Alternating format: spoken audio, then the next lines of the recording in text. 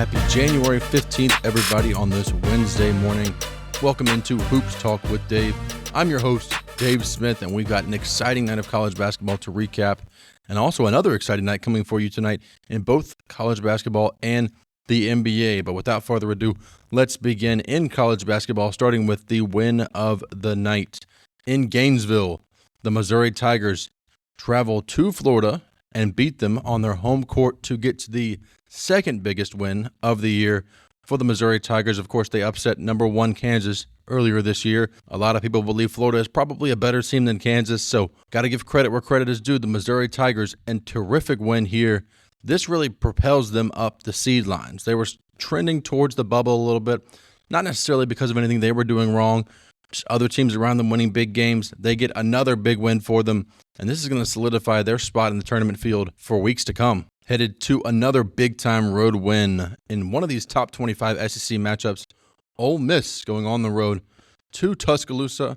They beat the Crimson Tide by 10 points there, and this was really a pretty ugly basketball game, but Chris Beard's Rebels, they found a way to thrive. They found a way to get through it. They found a way to stave off the overall talent of the Alabama Crimson Tide. And Ole Miss, I can now without a doubt say they are for real. This is a top four seeded resume, and I expect them to consider to move that way. And moving on to the other Mississippi team here, the Mississippi State Bulldogs traveled down to the plains of Auburn, and Auburn led wire to wire. They jumped out to a 10-0 lead to start the game, and they never looked back. Even without their star Janai Broome, Auburn still looks like one of the best teams in basketball. I said it on Fast Break Brunch this past weekend that Auburn might still be the best team in basketball even without Janai Broome, and they sure looked like it. 22-point win over Mississippi State, and that sets up Mississippi State and Ole Miss with a very, very fun showdown on Saturday, the Basque Egg Bowl. The Egg Bowl of basketball will be taking place on Saturday in Stark. We'll talk about that more in a couple of days. Kentucky taking care of business at home, defeating the Texas A&M Aggies 81-69 behind another great game from Jackson Robinson. Of course, he's coming off of a massive performance against Mississippi State from Saturday, and he was able to keep that going and put up another terrific game as they were able to down the Aggies. Of course, Texas A&M still playing without their star guard, Wade Taylor IV. Nonetheless, this A&M team is still a very fun team to watch, a very good team to see play, a great win for Kentucky.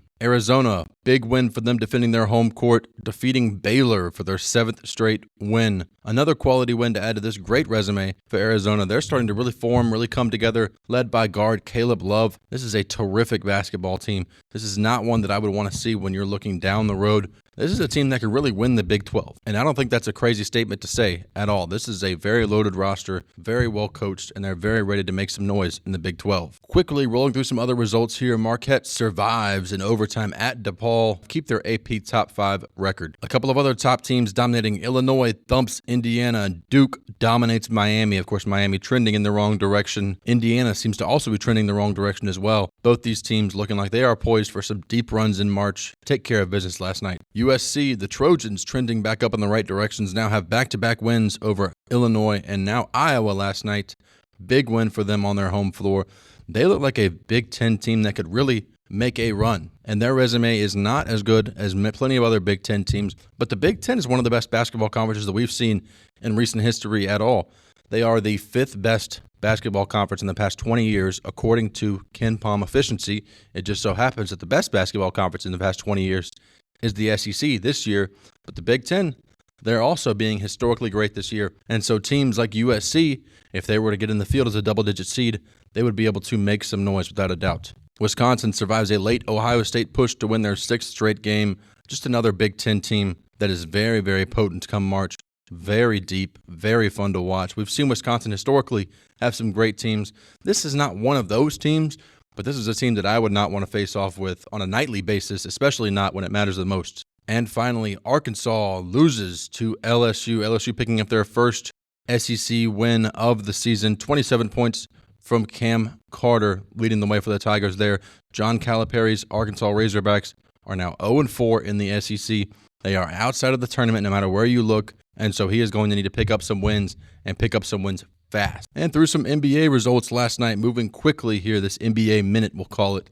Cavaliers take care of Pacers after the Pacers beat them last time out. No Tyrese Halliburton for the Pacers. The Nuggets dominate the Mavericks pretty easily there. The Mavericks still dealing with some crazy injuries. Nonetheless, Denver takes care of business The Thunder win by 16 points. Pretty much all of Philly's stars were out of this game. Looks like they took this game off. They've got a back-to-back tonight as they take on the Knicks. Thunder win by 16. The Hawks take care of business against the Phoenix Suns with behind 43 points from Trae Young. And finally in the NBA, the Pelicans, are they turning a corner here? Big time win over Chicago. We saw them play Boston on Sunday evening, and that was a terrific look from the Pelicans. They were able to almost go into Boston and beat Boston.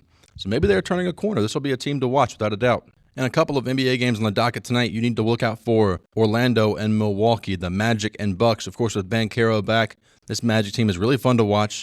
They're still a top team in the Eastern Conference, and they can really pose a lot of issues for the Milwaukee Bucks. That'll be a great one to watch. A fun one with young talent here, the Grizzlies traveling to San Antonio to take on the Spurs.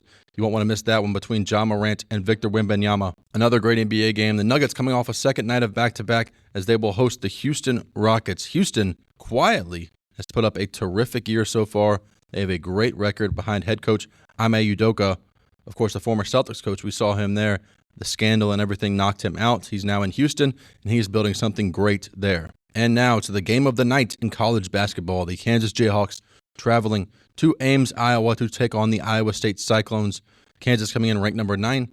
Iowa State coming in ranked 2nd overall, and I think they are the second best team in the country. They come in as 6.5-point favorites in this one, and I think rightfully so. I like them to take care of business at home. In the SEC, a couple of important games here. Georgia, who has looked great, the Bulldogs. The Mike White arc is going terrific for Georgia right now. They take on the Tennessee Volunteers, and Tennessee has looked a little vulnerable as of late. It should be a really fun one to watch, a top 25 matchup tonight there. And on the other side of the SEC, the two new SEC teams, Texas and Oklahoma, a battle of 0-3 teams. Both of these teams need it for sure, especially Texas. Oklahoma has some better non-conference wins to be able to kind of shelter the storm and make it through it, even if they don't have the best SEC year. Texas, however, they're going to need to pick up some wins, and it's got to start here with a road win at Oklahoma. And the final game we'll touch on today, the Pittsburgh Panthers taking on the Florida State Seminoles in Tallahassee.